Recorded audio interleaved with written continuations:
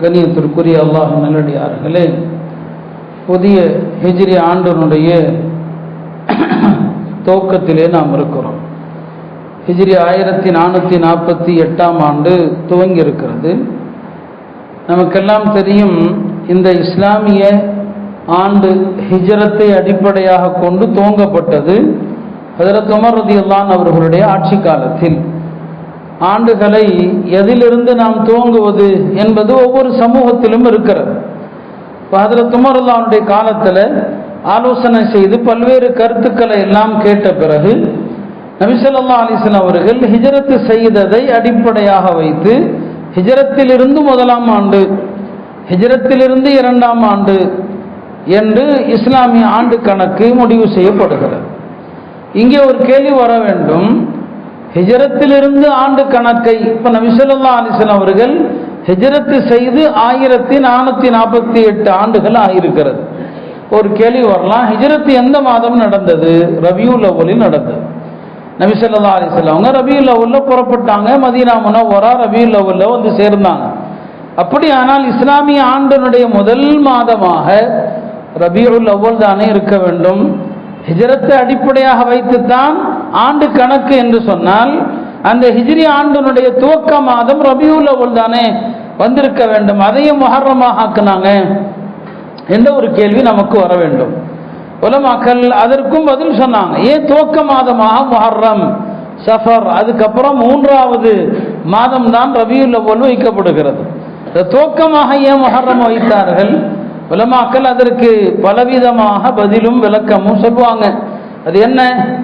இந்த இஸ்லாமிய ஆண்டினுடைய தில்ஹிஜ்ஜா மாதம் இருக்கிறது, கடந்த மாதம், அது ஹஜ்ஜினுடைய மாதம். ஹாஜிகள் எல்லாம் ஹஜ்ஜை முடித்து திரும்புகிற மாதம். அதில் 2 விஷயங்கள் இருக்கிறது. ஒன்று, ஹஜ் என்பது அதுவும் ஒரு ஹிஜ்ரத்து தான். ஏன் அப்படின்னா, வேற எந்த வணக்கத்தையும் செய்வதற்கு எதையும் விட வேண்டிய தேவையில்லை. தொழுவதற்கோ நோன்பு வைப்பதற்கோ எதையும் விட வேண்டிய அவசியம் இல்லை. ஆனால் ஹஜ் ஒன்று மட்டும்தான் ஒரு மனிதன் தன்னுடைய இருக்கிற இடத்தை விட்டு விட்டுட்டு போகணும். அதில் ஹிஜ்ரத் இருக்கு. ஹிஜ்ரத்னா விடுறதுன்னு அர்த்தம். இப்போ ஹஜ்ஜுனா எல்லாருமே ஒன்றை விட வேண்டும். மக்கால இருப்பவர் கூட, ஒருத்தர் கேட்கலாம், மக்கால இருக்கிறவரும் அவர் அரஃபா போகணும். அரஃபா மக்கால இருந்து கிட்டத்தட்ட ஒரு 18 கிலோமீட்டர் தொலைவில் இருக்குது. மக்காலே வீட்டோட குடும்பத்தோட வசிக்கிறவராக இருந்தாலும் அவரும் ஹஜ்ஜி செய்யணும்னா வீட்டை விடணும், வெளியே போகணும். அவர் அரஃபா செல்லணும், மினா போகணும், முஸ்தலிஃபா செல்லணும். இதெல்லாம் மக்கா விட்டு வெளியில தான் இருக்குது. அப்ப ஹஜ்ஜி என்பதுல ஒரு ஹிஜ்ரத் இருக்குது. இது முதலாவது விஷயம். 2வது என்ன? ஒருவர் ஹஜ்ஜை முடித்து திரும்புகிற போது பாவங்கள் அனைத்தும் மன்னிக்கப்பட்டு ஒரு குழந்தையாக திரும்புகிறார். அப்ப துல்ஹஜ் மாதம், இப்போ ஹாஜிகள் எல்லாம் அடுத்த வாரத்துக்குள் எல்லாம் வந்துருவாங்க. துல்ஹஜ் மாதம் முடிகிற போது ஹஜ்ஜும் முடிந்து எல்லா மக்களும் பாவங்கள் மன்னிக்கப்பட்டவர்களாக இருக்கிறான். அந்த பாவங்கள் மன்னிக்கப்பட்டு அடுத்த ஆண்டு முஹர்ரம் இருக்கிறது. அவர் இனி வாழ்க்கையை புதிதாக துவங்கட்டும், இனி பாவம் இல்லாத வாழ்க்கையை துவங்கட்டும், இனி அவருடைய ஏட்டில் எந்த பாவமும் இடம் பெறாமல் பார்த்து கொள்ளட்டும். இந்த அர்த்தத்தில் கூட உலமாக்கள் முஹர்ரம் மாசத்தை முதலாவதாக வச்சுக்கிட்டாங்க. அல்லாம இப்னு ஹஜர் என்ற அறிஞர் சொல்லுவாங்க, முஹர்ரம் தலை மாதமாக வைக்கப்பட்டதற்கு காரணம், ஹிஜ்ரத் ரபியுல் அவ்வல்ல நடந்தாலும் நபி ஸல்லல்லாஹு அலைஹி வஸல்லம் அவர்கள் ஹிஜ்ரத் செய்ய வேண்டும் என்று முடிவெடுத்தது முஹர்ரம்ல தான் முடிவெடுத்தாங்க. ஹிஜ்ரத்தை முடிவெடுத்தது எப்போ முடிவெடுத்தாங்க? முஹர்ரம்ல. முஹர்ரம் மாதத்துல தான் இன்ஷா அல்லாஹ் ஹிஜ்ரத் பண்ணிடணும். அதனால அந்த முடிவெடுத்த மாதம் இருக்கிறது, அதை முதல் மாதமாக வைக்கப்பட்டிருக்கிறது. மொத்தத்தில் இஸ்லாமிய ஆண்டு, இஸ்லாமிய மாதம், அவற்றை குறித்த வரலாறை நாம் தெரிய வேண்டும். அருமையானவர்களே, ஹிஜ்ரத் வரலாறு என்பது இஸ்லாமிய வரலாற்றில் மிக மிக ஒரு பெரிய தியாக வரலாறு, சாதாரணமான தியாகம் அல்ல. இன்றைக்கு நாம் சின்ன சின்ன கஷ்டங்கள், நெருக்கடிகள், அதையெல்லாம் பெரிய சோதனையாக நாம் எண்ணுகிறோம். ஆனால் மக்காவில் முஸ்லிம்கள் சந்தித்த அந்த சோதனைகள், அதனால் அவர்கள் ஹிஜ்ரத் செய்த வரலாறு இருக்கிறது, சாதாரணமானதல்ல. மக்கால முஸ்லிம்கள் வாழ முடியல. ஒரு கட்டத்தில் அபிசீனியா போறாங்க, இன்றைய எத்தியோப்பியா போறாங்க. அதுல ஆண்கள் பெண்கள் போறாங்க, ஒரு குடும்பமே போச்சு. ஜஹஷ் அப்படின்னு மக்கால நபி ஸல்லல்லாஹு அலைஹி வஸல்லம் உறவினர் தான். அவருடைய குடும்பத்தில் உள்ள ஆண்கள் பெண்கள் எல்லாருமே வீட்டை விட்டுட்டு எங்க போயிட்டாங்க? எத்தியோப்பியா போயிட்டாங்க. ஒரு நாள் அபூ ஜஹல் இன்ன பிற மக்காவுடைய தலைவர்கள் மக்காவுடைய வீதியில நடந்து கொண்டே வரும்போது ஒரு வீட்டை பார்க்குறாங்க. அந்த வீட்டில் பெரிய பூட்டு தொங்குது, பூட்டப்பட்டிருக்குது. இது என்ன, மக்கால ஆளே இல்லாத வீடா? இப்போ சொன்னாங்க, இது ஜஹ்ஷுடைய வீடு. அவருடைய குடும்பத்தில் எல்லாருமே ஹிஜ்ரத் பண்ணிட்டாங்க. அத்தனை பேரும் அல்லாஹ்வுக்காக வேண்டி வீட்டை போட்டுட்டு எல்லாம் போனாங்க. அப்படி ஒரு பெரிய வரலாறு தான் இந்த ஹிஜ்ரத்துடைய வரலாறு. பிறகுதான் அல்லாஹ்வுடைய ஆணைப்படி மதீனாவுக்கான ஹிஜ்ரத்துக்கு ஆயத்தமாகறாங்க. நபி ஸல்லல்லாஹு அலைஹி வஸல்லம் அவங்க மக்கால 13 ஆண்டுகள் மக்களிடத்துல சொல்லி அழுத்து போறாங்க. ஒவ்வொரு ஆண்டும் ஹஜ்ஜில் அவர்கள் எல்லா அரபு கபீலாக்கள்கிட்டையும் போவாங்க. நான் சொல்றதை கேளுங்க. யாருமே கேட்கல. இந்த நிலையில தான் ஹிஜ்ரி 12ஆம் ஆண்டு நபி ஸல்லல்லாஹு அலைஹி வஸல்லம் அவங்க மதீனா, அன்றைக்கு அது யஸ்ரிப், அந்த மதீனாவிலிருந்து வந்த தோழர்கள் ஒரு 12 பேரை பார்க்குறாங்க. அந்த தோழர்கள்ட்ட பேசுறாங்க, நான் அல்லாஹ்வுடைய தூதராக இருக்கிறேன், என்ன ஏற்றுக்கொள்ளுங்கன்னு சொல்லி. அந்த மக்களுடைய உள்ளத்துல யாருமே அரபுகள் கேட்கலங்க. மதீனாவிலிருந்து வந்த அந்த 12 பேர், நீங்க சொல்றதை நாங்க கேட்கிறோம், நாங்க மதீனா போய் உங்களுடைய விஷயத்தை எங்க மக்களிடத்துல நாங்க சொல்றோம், எங்களுக்கு யாரையாவது அனுப்பி வைங்க அப்படின்னு சொல்றாங்க. நாங்க அடுத்த ஆண்டு வருகிறோம், உங்கள்கிட்ட மீண்டும் நாங்க வருகிறோம் என்று சொல்றாங்க. அந்த 12 பேரும் போறாங்க. கூடவே நபி ஸல்லல்லாஹு அலைஹி வஸல்லம் அவங்க முஸ்அப் இப்னு உமைரை அனுப்புறாங்க. முஸ்அப் இப்னு உமைர் பெரிய காரி, அவரை அழைச்சிட்டு தான் போறாங்க. இவங்க எல்லாம் போய் மதீனால சொல்றாங்க. மக்கள் புதுசா என்னன்னு கேட்பாங்க இல்லையா? அவரு முஸ்அப் இப்னு உமைர் யார் கேட்டாலும் பதில் சொல்லவே மாட்டாரு, குர்ஆன் ஓத ஆரம்பிச்சிருவார். சாத் இப்னு முஆத் அவர் ஒரு பெரிய தலைவர். இது என்ன புதுசா ஒரு மார்க்கத்தை கொண்டு வந்திருக்கீங்க? அவர் குர்ஆன் ஓத சூரத்து ஸுஹ்ருஃப் ஓத ஆரம்பிச்சார். ஆமீன் வல் கிதாபில் முபீன் இன்னா ஜஅல்னாஹு குர்ஆனன் அரபிய்யன் லஅல்லக்கும் தஅகிலூன் வ இன்னஹு ஃபீ உம்மில் கிதாபி லதைனா லஅலிய்யுன் ஹகீம். அவ்வளவுதான், அமைதியா போயிடுறார். குர்ஆன் ஓதுனது எல்லாம் போயிடுவாங்க. இந்த மக்கள் இயற்கையாகவே சாந்தமான மக்கள். யாரு? மதீனத்து மக்கள். நம்ம தமிழ்நாட்டு மக்கள் மாதிரி. இந்தியாவில் தமிழ்நாடும் அப்படிதான். அன்றைய காலத்திலே இந்திரா காந்தி அம்மையார் சொன்னாங்க, தமிழ்நாடு ஜசீரை அம்ன், இது ஒரு அமைதி பூங்கா என்று. இது இன்னைக்கு அல்ல, அன்றிலிருந்தே அப்படிதான். ஏன்னா இந்த மண்ணுடைய பூர்வீகமும் ஏகத்துவம் தான், தௌஹீது தான். அதனாலதான் இந்த மண்ணில் அடிதடி கிடையாது, சண்டை கிடையாது. என்னதான் குட்டிக்கரணம் போட்டாலும் இங்க மதவாதிகளுக்கு இடமில்லை என்பதை மக்கள் திரும்ப திரும்ப சொல்லி கொண்டுதான் இருக்கிறாங்க. அந்த மதீனா மாதிரி தான் நம்ம தமிழ்நாடும், என்றைக்கும் அப்படியே இருக்கட்டும். அப்போ போறாங்க, முஸ்அப் இப்னு உமைர் போவாங்க. யாராவது கேட்பாங்க, அவர் குர்ஆன் ஓதுவார், பேசாம போயிடுவாங்க. மக்கால மாதிரி என்ன கிடையாது, அடி கிடையாது, ரொம்ப கண்டிக்க மாட்டாங்க. அப்படியே புதுசாக கொண்டு வந்திருக்கீங்களா, அதோட போயிடுவாங்க. கொஞ்சம் கொஞ்சம் அப்படியே இஸ்லாம் வருது, அந்த மக்கள்கிட்ட இஸ்லாம் கொஞ்சம் கொஞ்சமாக வருது. திருப்பி மறுபடி நபித்துவத்தினுடைய 13ஆம் ஆண்டு 70 பேர் வர்றாங்க, ஹஜ்ஜுக்கு வர்றாங்க. எங்க நபி ஸல்லல்லாஹு அலைஹி வஸல்லம் அவங்கள மினால சந்திக்கிறாங்க. மினால தான் கூடுவாங்க, கல்லறிகிற இடம் இருக்குல்லையா, அதான் அக்கபான்னு சொல்லுவாங்க. அந்த அக்கபால 1ஆம் ஆண்டு ஒரு ஒப்பந்தம் நடக்குது. 2ஆம் ஆண்டு 70 பேர் வர்றாங்க. அப்ப நபி ஸல்லல்லாஹு அலைஹி வஸல்லம் அந்த 70 பேர்கிட்ட பையத்து செய்யறாங்க. பையத்து செய்கிற நேரத்தில் இந்த 70 பேர்த்துல ஒவ்வொரு கூட்டத்திலிருந்து ஒரு தலைவரை கொடுங்கிறாங்க. அப்போ ஒவ்வொரு கூட்டத்திலிருந்து ஒரு தலைவர், மொத்தம் 12 பேர். நபி ஸல்லல்லாஹு அலைஹி வஸல்லம் சொன்னாங்க, இந்த 12 பேரும் ஈசா அலைஹிஸ்ஸலாமுடைய ஹவாரியின்கள் போல. ஈசா அலைஹிஸ்ஸலாமுடைய தோழர்கள்ல ஹவாரியின் என்று இருந்தாங்க. குர்ஆன் சொல்லுது, எனக்கு நீங்க தான் ஹவாரியின்கள், அந்த தோழர்கள் என்ன. அந்த 12 பேர் இடத்துல நபி ஸல்லல்லாஹு பையத்து செய்றாங்க. அந்த பையத்துல தான் தோழர்கள் எல்லாம் வருவாங்க. அல்லாஹ்வுடைய உத்தரவு வந்த பிறகு நானும் ஹிஜ்ரத் செய்து வருவேன் என்று நபி ஸல்லல்லாஹு வாக்குறுதி கொடுக்குறாங்க. இவர்கள் அங்க போயிடுறாங்க. மக்காவுடைய நிலைமை, எல்லாரும் கொஞ்சம் கொஞ்சமா போறாங்க. பல தியாகங்கள், அடி ஓத, சில பேர்லாம் எல்லாத்தையும் விட்டுட்டு ஓடினாங்க. பொருள் வேண்டாம், வீடு வேண்டாம், எதுவும் வேண்டாம், எல்லாவற்றையும் விட்டுட்டு போனாங்க. கணவனை போக விட்டா மனைவியை பிடிச்சுக்குவாங்க, மனைவியை போக விட்டா கணவனை பிடிச்சுக்குவாங்க, 2 பேரையும் போக விட்டு குழந்தைகளை பிடிச்சுக்குவாங்க. இப்படியெல்லாம் பல சோதனைகளுடைய ஒரு வரலாறு தான் ஹிஜ்ரத் வரலாறு. நபி ஸல்லல்லாஹு மக்கால தான் இருக்கிறாங்க.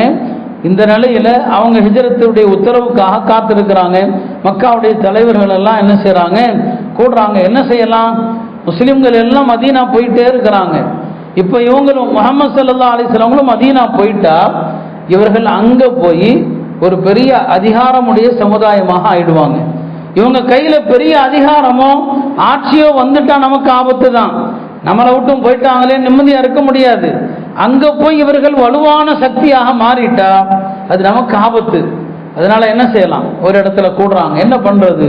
சில பேர் சொன்னாங்க, அவரை நாம மக்கால கட்டி வச்சிடலாம், அதாவது இதில் ஆளை என்னங்க காலையில் எஞ்சதுல இருந்து ஆளை கட்டி போட்டு சோறு தண்ணி கொடுக்க கூடாது, அப்படியே அவரு இறந்து போயிடட்டும்னு சொல்லி. ஒரு கூட்டம் சொன்னாங்க மக்காவிலிருந்து ஆளை துரத்திடலான்னு சொல்லி. மூணாவது கூட்டம் சொல்லிச்சு அவரை கொலை செஞ்சிடலாம். மூணையும் அல்லாஹ் சொல்லுவான், வைது யம்குரு பிக்கல்லதீன கஃபரு லியுஸ்பிதூக அவ் யக்துலூக அவ் யுக்ரிஜூக, கொலை பண்ணிடலாம். இப்போ கொலை பண்ணிடலாம்னா அறியாமை காலத்திலேயே அவங்கள்ட்ட சில சட்டங்கள் இருந்துச்சு. யார் கொலை செஞ்சானோ பழிக்கு பழி அவனை கொல்லணும், கொலை செஞ்சவன் அல்லது நஷ்டஈடு கொடுக்கணும் 100 வட்டம். இப்போ கொலை செஞ்சா பழி யார் ஏற்றுக்கிறது? இப்போதான் அபூஜஹல் வர்றான். அபூஜஹல் அவன் பெரிய புத்திசாலி என்று அந்த மக்கள் அவனை போட்டுருவாங்க. அவன் சொல்றான், இந்த வம்பு வராமல் இருக்கணும்னா கொலையாளி யாராவது ஒருத்தராக இருந்தால் பிரச்சனை, அதனால எதுக்கு ஒரு ஆளை போய் கொலை செய்ய சொல்லணும்? நம்ம மக்கால் இருக்கிற எல்லா கூட்டத்திலிருந்தும் ஒரு ஆளை தேர்வு செய்யுங்க, ஒவ்வொரு கூட்டத்திலிருந்தும் ஒரு ஆள், எல்லாரும் சேர்ந்துடுங்க, முகம்மதுடைய வீட்டை முற்றுகையிடுங்க. காலையில அவர் வீட்டை விட்டு எப்ப வெளியே வர்றாரோ இந்த கூட்டம் மொத்தமா ஒரே நேரத்தில் அவர் மீது பாஞ்சு தாக்கிடுங்க. அப்ப பழி ஒரு ஆள் மீது வராது, ஒரு ஆள் மீது அல்ல, எல்லாமே சேர்ந்து ஒரே நேரத்தில் அவரை தாக்கி விடுங்கள் அப்படின்னு அபூஜஹல் சொல்றான். இப்ப மக்கள் எல்லாம் இதுதான் ஆலோசனை, இதுதான் அருமையான கருத்து, அப்படியே செய்யலாம் என்று அவர்கள் எல்லாம் கூடி நபி ஸல்லல்லாஹு வீட்டுக்கு முன்னால ஒன்று சேர வரும்போது அல்லாஹ் பெருமானாருக்கு அறிவிக்கிறான், இப்படி இவர்கள் பேசிக்கொண்டாங்க, நீங்க கிளம்புங்க, நீங்க புறப்பட்டுருங்கன்னு சொல்லி. இப்போ நபி ஸல்லல்லாஹு அலைஹி வஸல்லம் ஹஜ்ரத் அபூபக்கரோடு கிளம்புறாங்க. ஹஜ்ரத் அலிட்ட சொல்றாங்க, இந்த இரவு நீ என்னுடைய படுக்கையில படுத்திருப்பா, உனக்கு எந்த ஆபத்தும் வராது, நீ நிம்மதியாக படு என்று ஹஜ்ரத் அலி இடத்துல படுக்க சொல்றாங்க. காலையில இந்த இருக்கிற இந்த அமானிதங்கள் எல்லாம் காஃபிர்களுடையதுதான், எல்லாவற்றையும் ஒப்படைன்னு சொல்றாங்க. நமக்கு பாடம் இருக்குது, எதிரியானாலும் அவனுடைய அமானிதத்தை ஏமாத்த உங்களுக்கு அனுமதி இல்லை. எதிரியானாலும் அவர்களுடைய அமானிதம் தானே இல்லை, காலையில எல்லாத்தையும் ஒப்படைச்சிருப்பா, உனக்கு ஆபத்து இல்லை, படு என்று சொல்லிட்டு இப்போ வீட்டை விட்டு வெளியே நபி ஸல்லல்லாஹு வரணும்னா வெளியில எல்லாம் நிற்கிறான், எல்லாம் உட்கார்ந்து இருக்கிறாங்க. நபி ஸல்லல்லாஹு அலைஹி வஸல்லம் சூரா யாசீனுடைய ஆரம்ப வசனங்களை ஓதுனாங்க.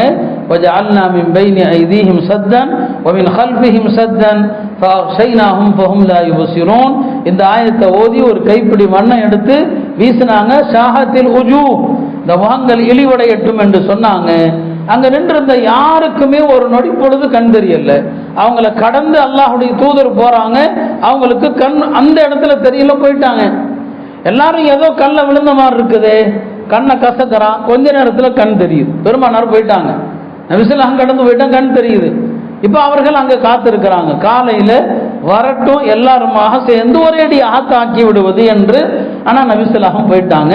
நபி ஸல்லல்லாஹு அலைஹி வஸல்லம் அவர்கள் மக்காவை விட்டு போகிற போது மக்கமா நகரத்தை பார்த்து சொன்னாங்க, வல்லாஹி இன்னகி லஹைரு அர்தில்லாஹ் இலல்லாஹ், அல்லாஹ்வுடைய மண்ணில் நீதான் மிக புனிதமான மண். அஹப்பு அர்தில்லாஹி இலை, எனக்கும் அல்லாஹ்வுடைய இந்த பூமியில பிடித்தமான மண் இந்த மக்காவாகிய நீதான். இந்த மக்கள் வெளியேற்றலைன்னா நான் வெளியேற மாட்டேன். அருமையானவர்களே, திரு மக்கா சென்று ஹஜ்ஜுக்கோ உம்ராவுக்கோ செல்லக்கூடியவர்கள் மக்காவை பிரிகிற போது, உங்களுடைய வாகனம் மக்காவை விட்டு கடக்கிற போது நாமும் கண்கலங்கி இந்த வார்த்தையை சொல்லணும், மக்காவை பார்த்து சொல்லணும், அல்லாஹுடைய இந்த மண்ணில் நீதான் புனிதமான மண், இந்த மண்ணில் எனக்கு பிரியமான இடமும் நீதான் என்று ஒவ்வொரு மோமினும் சொல்லணும். இது நபி ஸல்லல்லாஹு சொன்னாங்க. இப்போ அந்த வார்த்தையை அவங்க சொல்லும்போது எவ்வளவு வேதனை இருந்திருக்கும். மக்கா விட்டும் பிரியறது, சொந்த ஊரை பிரியறது சாதாரணமா? அல்லாஹும் நபி ஸல்லல்லாஹு அலைஹி வஸல்லம் உடைய கவலை துயரத்திற்கு எப்போதுமே ஆறுதலாக வஹீதான். அந்த கவலையின் போது முதல்ல ஒரு வசனம் இறங்குது.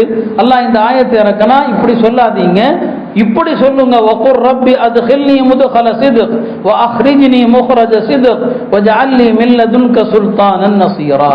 இது ஹிஜ்ரத்தின் போது இறங்கு. நபியே நீங்க சொல்லுங்க, நான் எங்கு சென்றாலும் கண்ணியத்தோடு செல்ல வேண்டும், எங்கிருந்து வெளியேறினாலும் கண்ணியத்தோடு வெளியேற வேண்டும், எனக்கு அதிகாரத்தை கொடு என்று துவா செய்யுங்கன்னு சொன்னான். பாருங்க, அந்த நேரத்தில் இறங்கின இந்த அற்புதமான வசனம் நான் முன்னாலே சொல்லி இருக்கிறேன். இந்த துவாவை நீங்க எந்த இடத்துலையும் ஓதலாங்க, எங்கனாலும் ஓதலாம்.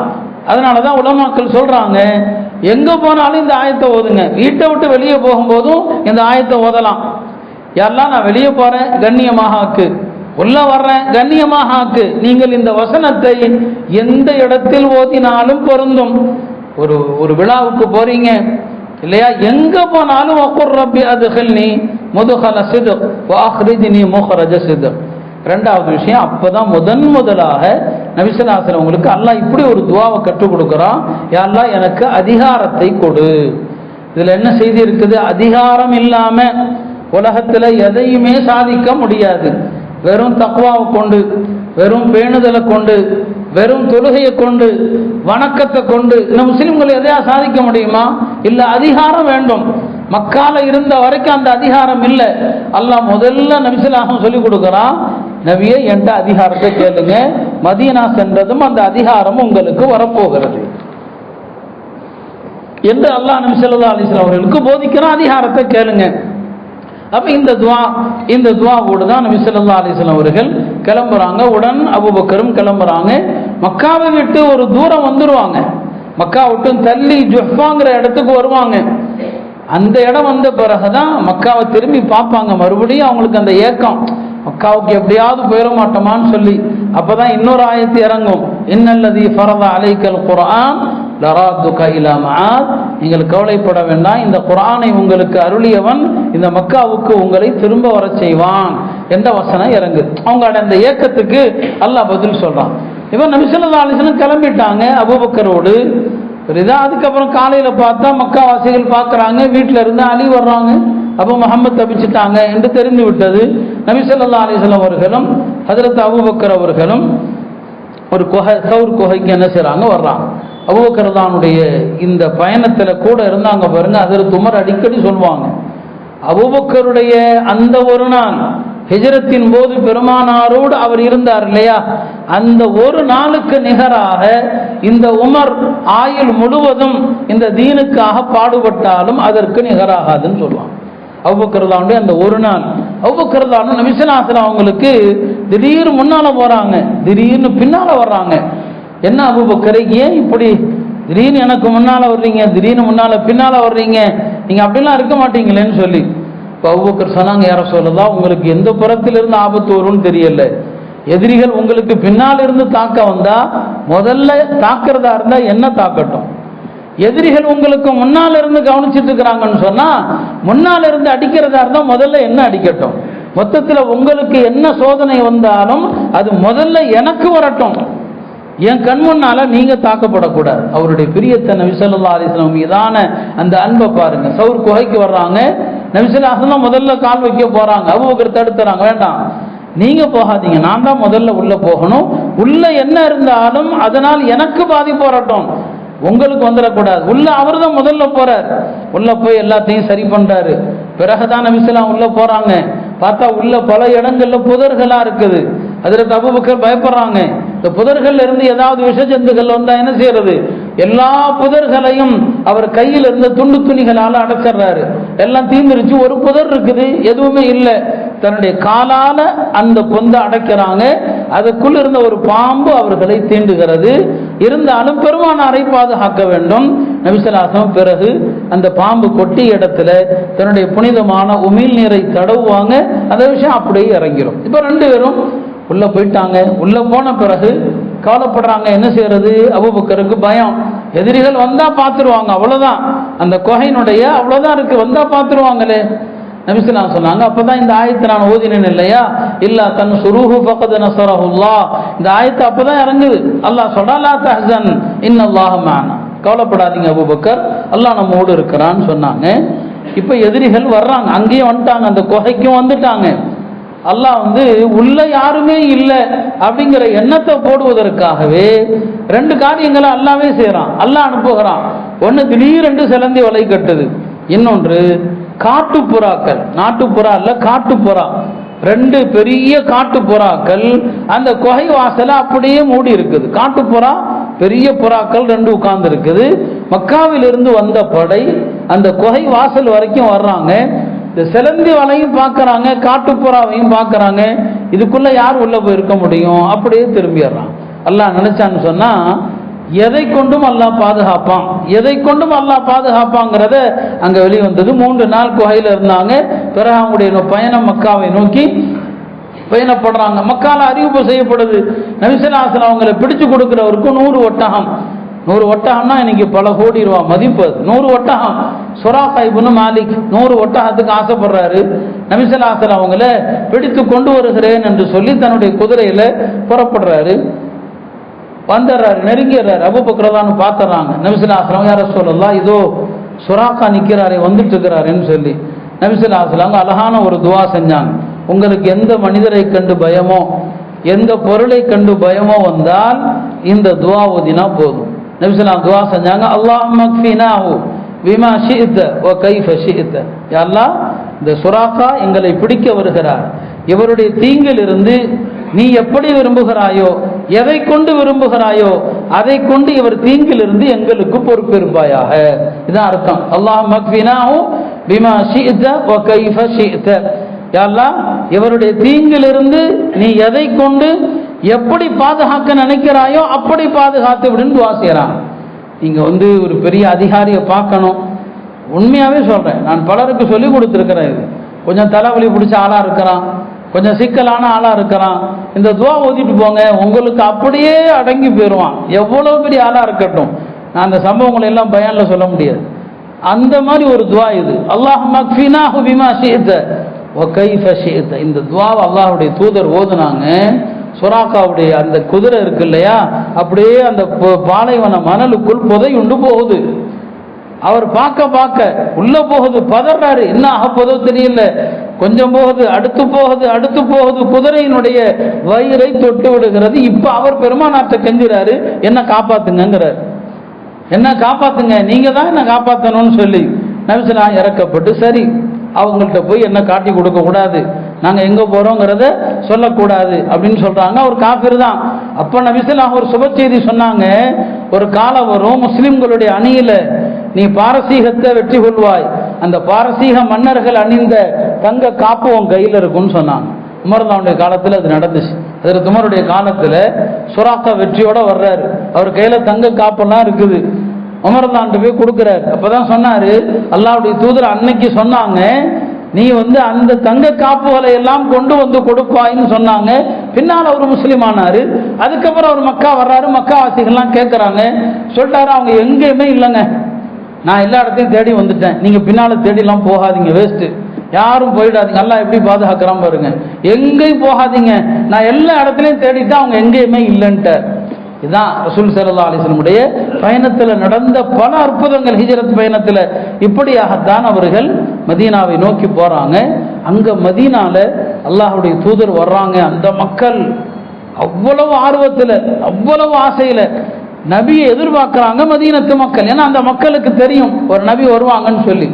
நபி ஸல்லல்லாஹு மதீனா போறதுக்கு முன்னால இந்த மதீனா வாசிகள் தினசரி காலையிலும் மாலையிலும் மதீனாவுடைய ஹர்ரா, மதீனால 3 ஹர்ரா இருந்துச்சு. ஹர்ரான்னு சொன்னா மதீனாவுடைய கருங்கற்கள் நிறைந்த பகுதி. அந்த வெளியிலிருந்து வர்றவங்க அது வழியாகத்தான் உள்ள வருவாங்க. இந்த மதீனாவுடைய ஹர்ராவிற்கு தினசரி வர்றாங்க. நபி ஸல்லல்லாஹு இன்னைக்கு வந்துட மாட்டாங்களா, நபி ஸல்லல்லாஹு இன்னைக்கு வந்துட மாட்டாங்களான்னு சொல்லி இப்படி ஆர்வத்தோடு அவங்க பார்த்துட்டு போவாங்க. கடைசியில பெருமானாரும் அபூபக்கரும் வர்றத முதல்ல யார் பார்க்கிறாருன்னா ஒரு யூதர் தான் பார்க்கிறார். அவருடைய தோட்டத்திலிருந்து பார்க்கிறார். நபி ஸல்லல்லாஹு அலைஹி வஸல்லம் வந்து கொண்டிருக்கிறாங்க அப்படிங்கிற தகவலை மதீனாவுக்கு சொல்லி அனுப்புறது யாருன்னா யூதர் தான். இதெல்லாம் அல்லாஹ்வுடைய ஏற்பாட்டை பாருங்க. மதீனாவுக்கு சொல்லி அனுப்புறது யாரு? ஒரு யூதர் தான் சொல்லி அனுப்புறாரு. ஏதோ தினசரி வந்துட்டு இருந்தீங்க இல்லையா, ஏதோ அந்த நபி வந்துட்டாங்க அப்படின்னு சொல்லி ஆண்கள் பெண்கள் மக்கள் எல்லாரும் வந்துருவாங்க.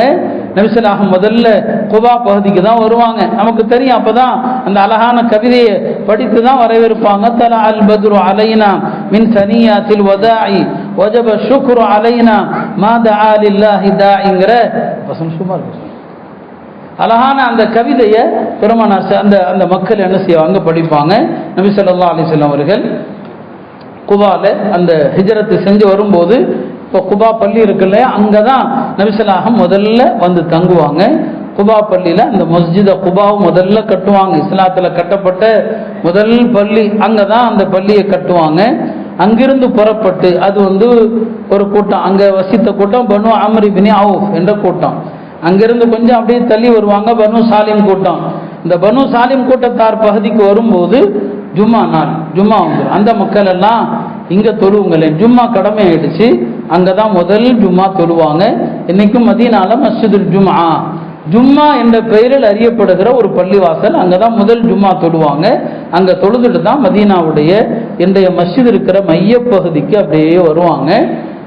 வந்தா மதீனாவில் உள்ள தலைவர்கள் எல்லாரும் வந்து நிற்பாங்க. யார சொல்லலாம், இங்க இறங்குங்க, இங்க தங்குங்க, எங்கள்கிட்ட தங்குங்க. கொஞ்சம் ஒட்டகம் தள்ளி போகும், அங்கே உள்ள மக்கள் யார சொல்லலாம், இங்க இறங்குங்க. எல்லாருக்கும் ஒரே பதில் நபி ஸல்லல்லாஹு அலைஹி வஸல்லம் சொன்னாங்க, ஹல்லூஹா, இந்த ஒட்டகத்தை அப்படியே விடுங்கள், ஃபைன்னஹா மஅமூரா, அது அல்லாஹ்வுடைய புறத்திலிருந்து ஏவப்பட்டிருக்குது. எனவே அந்த ஒட்டகம் அமருகிற இடம் எதுவோ அதுவே நான் தங்க வேண்டிய இடம். அப்ப எல்லா மக்களும் வந்து சொல்லுவாங்க, ஒட்டகம் எங்க தான் போகுது அப்படின்னு பார்ப்பாங்க. ஒட்டகம் இறுதியில பனு மாலிக் இப்னு நஜ்ஜார், நபி ஸல்லல்லாஹு அலைஹி வஸல்லமுடைய மாமுமார்களுடைய கூட்டம். அங்கதான் அப்துல் முத்தலிபுடைய அம்மா, அந்த குடும்பத்தை சார்ந்தவங்க. பெருமானாருடைய பாட்டனார் அப்துல் முத்தலிப் இருந்தாங்க இல்லையா, அவங்களுடைய அம்மா அந்த கபீலா தான் பனு மாலிக் இப்னு நஜ்ஜார். அந்த கூட்டத்தை கடக்கும் போது ஒட்டகம் அங்கதான் அமருது. அங்கதான் ஹஜ்ரத் அபு அய்யூபுல் அன்சாரி இருந்தாங்க. அந்த வீடு 1000 வருஷத்துக்கு முன்னால துப்பாங்கிற மன்னர் பெருமானாருக்காக வாங்கிய வீடு. அப்ப அபு அய்யூபுல் அன்சாரி வீட்டுக்குள்ளதான் நபி ஸல்லல்லாஹு போறாங்க. அவர் சொல்றாரு, இந்த வீட்டுக்கு சின்ன மாடியும் இருக்குது, நீங்க மேல இருங்க, நான் கீழே இருக்கிறேன். நபி ஸல்லல்லாஹு சொல்றாங்க, இல்லப்பா, கீழே நான் இருந்தாதான் மக்கள் என்ன பார்க்க வருவாங்க, அதான் எனக்கு நல்லது. இல்லை யார சொல்லதா, பிரச்சனை அது இல்லை, நீங்க கீழே இருந்து நான் மேல இருக்கக்கூடாது, உங்களுக்கு மேல நான் இருக்கக்கூடாது, நான் எப்படி உங்களுக்கு மேல இருக்கிறது, இது அவர் வைத்திருந்த மரியாதை. கடைசியில் நபி ஸல்லல்லாஹு அலைஹி வஸல்லம் அவருடைய பிரியத்திற்காக மேலே போய் தங்கினாங்க. பிறகு கீழே வந்தாங்க. பிறகு மஸ்ஜித் கட்டினாங்க. நபி ஸல்லல்லாஹு அலைஹி வஸல்லம் இன்றைய மஸ்ஜித் நபவின்னு சொல்றோம் இல்லையா, அந்த அழகான பள்ளிவாசல் கட்டப்பட்டது. அதற்கு பின்னுள்ள வரலாறுகள் நிறைய இருக்குது. இந்த பள்ளி கட்டும்போது நடந்த நிறைய நிகழ்வுகள் இருக்கிறது. அதையெல்லாம் விரிவாக சொல்வதற்கான நேரம் இல்லை. அருமையானவர்களே, நாம் நம்முடைய வரலாறை தெரியணும், நம்முடைய பிள்ளைகளுக்கு சொல்லிக் கொடுக்கணும். அதனால தான் இந்த பயான் செஞ்சோம். நம்ம தெரியணும் ஹிஜ்ரத்னா என்ன, எவ்வளவு கஷ்டங்கள், எவ்வளவு கடினங்களுக்கு மத்தியில் இந்த ஹிஜ்ரத் செஞ்சாங்க என்ற வரலாறு நாம தெரியணும். ஹிஜ்ரத் என்பது அன்றைக்கு நடந்த ஒரு பெரிய ஒரு தியாக வரலாறு. அது இப்ப ஹிஜ்ரத் என்பது என்ன, நாம் இந்த புத்தாண்டை அடைந்திருக்கிறோம். நபி ஸல்லல்லாஹு அலைஹி வஸல்லம் சொன்னாங்க, நான் ஆரம்பத்தில் வாசித்த ஹதீஸில் அதைத்தான் சொன்னாங்க. ஒரு முறை நபி ஸல்லல்லாஹு அலைஹி வஸல்லம் தோழர்களோடு உட்கார்ந்து இருக்கிறாங்க. அப்படி உட்கார்ந்து இருக்கும்போது கேட்டாங்க, நான் உங்களுக்கு மோமின்னா யாருன்னு சொல்லட்டுமான்னு கேட்டான். மோமின்னா யாரு, நம்மள்கிட்ட கேட்டா ஈமான் கொண்டவர்னு சொல்லுவோம், சொல்லட்டுமான்னு கேட்டாங்க. சொல்லுங்க யார சொல்லலாம். அப்ப நபி ஸல்லல்லாஹு அலைஹி வஸல்லம் ஒவ்வொன்றுக்கும் விளக்கம் கொடுத்தாங்க. மோமின் யாருன்னு சொன்னா, மக்களுக்கு எந்த மனிதனால் அவர்களுடைய உடலுக்கோ அவர்களுடைய பொருளுக்கோ தொல்லை கிடையாதோ அவர் தான் மோமின். உங்களால யாருடைய உடலுக்கும் யாருடைய பொருளுக்கும் தொல்லை, அப்ப அடுத்தவங்களுடைய பொருள்ல மோசடி செய்யக்கூடாது. இப்படியே சொல்லிட்டு வரும்போது கடைசியில சொன்னாங்க, ஒரு முஹாஜிர், உண்மையான ஹிஜ்ரத் செய்த மனிதர். ஹிஜ்ரத் செய்த மனிதர் யாருன்னு சொன்னா, மன் ஹஜரல் ஹதாயா வதுனூப், யார் பாவங்களை விட்டு விலகி இருக்கிறாரோ அவர் முஹாஜிர். பாவத்தை விட்டு விலகுங்க. ஹிஜ்ரத்னா விடுறதுன்னு அர்த்தம். நாட்டை விடுவது, செல்வத்தை விடுவது, இதெல்லாம் ஹிஜ்ரத்துன்னு சொன்னா பாவத்தை விடுவது தான் உண்மையான ஹிஜ்ரத்துன்னு சொன்னான். அருமையானவர்களை, இன்றைய காலத்துல பாவங்களை விட்டு விலகி இருக்கிறவன் பெரிய வலி என்று சொல்லலாம். ஏன்னா இன்றைக்கு பாவங்கள் அவ்வளவு சர்வசாதாரணமாகிவிட்டது. கண்ணால் பார்க்கிற பார்வை பாவம், காதால் கேட்கிற பாவம், ரெண்டும் அவ்வளவு மிகைத்து விட்டது. பெருமானார் ஸல்லல்லாஹு அலைஹி வஸல்லம் ஒவ்வொரு வீட்டிலேயும் பாடகியும் இசைக்கருவியும் வருவார்கள் அப்படின்னு சொன்னான். ஒரு காலம் வரும், எல்லா வீட்லையும் பாடகி இருப்பாங்க, எல்லா வீட்லையும் இசைப்பெட்டி இருக்கும்னு சொன்னாங்க. அந்த நேரத்தில் அறிஞர் பெருமக்கள் எல்லாம், அது என்ன எல்லா வீட்லையும் பாட்டு பிடிக்கிற பொம்பளையா, அது எப்படின்னு ஆச்சரியப்பட்டான். அதுக்கு பல விளக்கம் சொன்னான். இன்னைக்கு நம்ம கையில் இருக்கிற இந்த போன், ஆண்ட்ராய்டு போன் இருக்கிறது, இது வீட்டுக்கு வீடு பாட்டு இசைப்பெட்டி தான். நினைச்ச நேரம் நினைச்ச பாட்டு, பழைய பாட்டோ புதிய பாட்டோ, எல்லா இசையும் பல வகையான மியூசிக்குகள் இதுல நம்ம கேட்கிறோம். அப்ப இந்த பாவத்தை விட்டு இன்னைக்கு எல்லாரும் இந்த முசீபத்துல பாதிக்கப்படுறோம். எல்லார் கையிலையும் வச்சிருக்கிறோம், பள்ளிவாசல் வரைக்கும் வந்துருச்சு இல்லையா. பள்ளிவாசல்ல கூட தொழுகைக்கு வரும்போது கூட இந்த போனை ஆஃப் பண்ணணுங்கிற சிந்தனை வரமாட்டிருக்குது. எத்தனை தடவை சொன்னாலும் அலட்சியம், அவ்வளவு அலட்சியம் என்னன்னு நமக்கு புரியல. பாக்கெட்ல இருக்குது, கனமா ஒரு பொருள் இருக்குது, போனு தான் இருக்குதுன்னு தெரியுது. ஆனாலும் எல்லா பள்ளிகளிலும் போன் அடிக்க தான் செய்யுது, எல்லா வக்திலையும் அடிக்க தான் செய்கிறது. இப்போ இந்த பாவத்திலிருந்து விலகாம நம்முடைய தொழுகை எப்படி இந்த மோட்டை தாண்டி அல்லாட்ட போகும்? எனவே அருமையானவர்களே, இந்த ஹிஜ்ரத் என்றால் பாவங்களை விடுவது தான் இன்னைக்கு ஹிஜ்ரத்து. நாம எந்த நாட்டையும் விட தேவையில்லை, எந்த வீட்டையும் விட வேண்டாம். அல்லாஹ்வுக்கு எதிரான விஷயங்கள், பாவங்களை கைவிட்டால் போதும். எல்லாம் அல்லாஹ் ஹிஜ்ரத்தினுடைய பாடங்களை அறிந்து அல்லாஹ்வுக்காக எல்லா பாவங்களையும் விட்டு தௌபா செய்கிற நசீவை தந்தருவானாக. புத்தாண்டை நல்ல மோமின்களாக நமக்கு வரவேற்க தௌஃபீக் செய்வானாக. இந்த ஆண்டை நமக்கும் எல்லா மோமின்களுக்கும் ஹைர் பரக்கத்து நிறைந்த ஆண்டாக ஆக்குவானாக. அருமையானவர்களே, இந்த முஹர்ரம் மாதம் அல்லாஹுடைய மாதம் என்ற ஹதீஸில் சொல்லப்பட்டிருக்கு. ஷஹருல்லாஹ், இந்த முஹர்ரம் இருக்கிறதே அல்லாஹுடைய மாதம் முஹர்ரம் சொன்னாங்க. மேலும் நபி ஸல்லல்லாஹு அலைஹி வஸல்லம் சொல்லுவாங்க, ரமலானுக்கு பிறகு நஃபிலான நோன்புகள் நோற்பதற்கு சிறந்த மாதம் முஹர்ரம் மாதம் தான் சிறந்ததுன்னு சொல்லுவாங்க. ரமலானுக்கு பிறகு நஃபில் நோன்புகள்ல சிறந்தது முஹர்ரம்னு சொன்னான். அந்த முஹர்ரம்ல ஆஷுராவுடைய நாள், முஹர்ரம் 10வது நாள், நிறைய வரலாற்றில் பல நிகழ்வுகள் நடந்த ஒரு நாள். அந்த நாள் இருக்கிறது, அதுல நபி ஸல்லல்லாஹு அலைஹி வஸல்லம் அவங்க நோன்பு வைப்பதை சுன்னத்தாக ஆக்கினாங்க. அவங்க வாழ்க்கையில ஒரே ஒரு நோன்பு தான் வச்சாங்க, 10வது அன்னைக்கு மட்டும் வச்சாங்க. கிட்டத்தட்ட ஹிஜ்ரி 2ஆம் ஆண்டிலிருந்து ஹிஜ்ரி 11 வரைக்கும் வருஷந்தோறும் நோன்பு வைப்பான், வருஷம் ஒரு நாள் வைப்பான். இறக்கிற ஆண்டுல சொன்னாங்க, அடுத்த ஆண்டு நான் ஹயாத்தாக இருந்தா 2 நோன்பு வைப்பேன்னு சொன்னாங்க.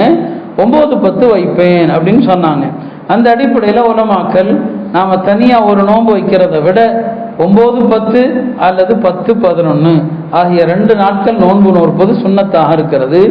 மாசம் 3 நோன்பு வைக்கிறவங்க 9, 10, 11 இப்படி வச்சுட்டீங்கன்னா அந்த மாசத்தினுடைய 3 நோன்பு ஐயாமுல் பீதுடைய நோன்பு இருக்கிறது, இந்த 3 நோன்புல அதுவும் வந்துடும். அதனால 3 நோன்பு தனியா அப்புறம் 13, 14, 15 வைக்க தேவையில்லை. 9, 10, 11 நம்முடைய பிறை கணக்குப்படி அடுத்த வாரம் ஜும்மா தான் நமக்கு ஆஷூராவுடைய நாள், முஹர்ரம் 10வது நாள்.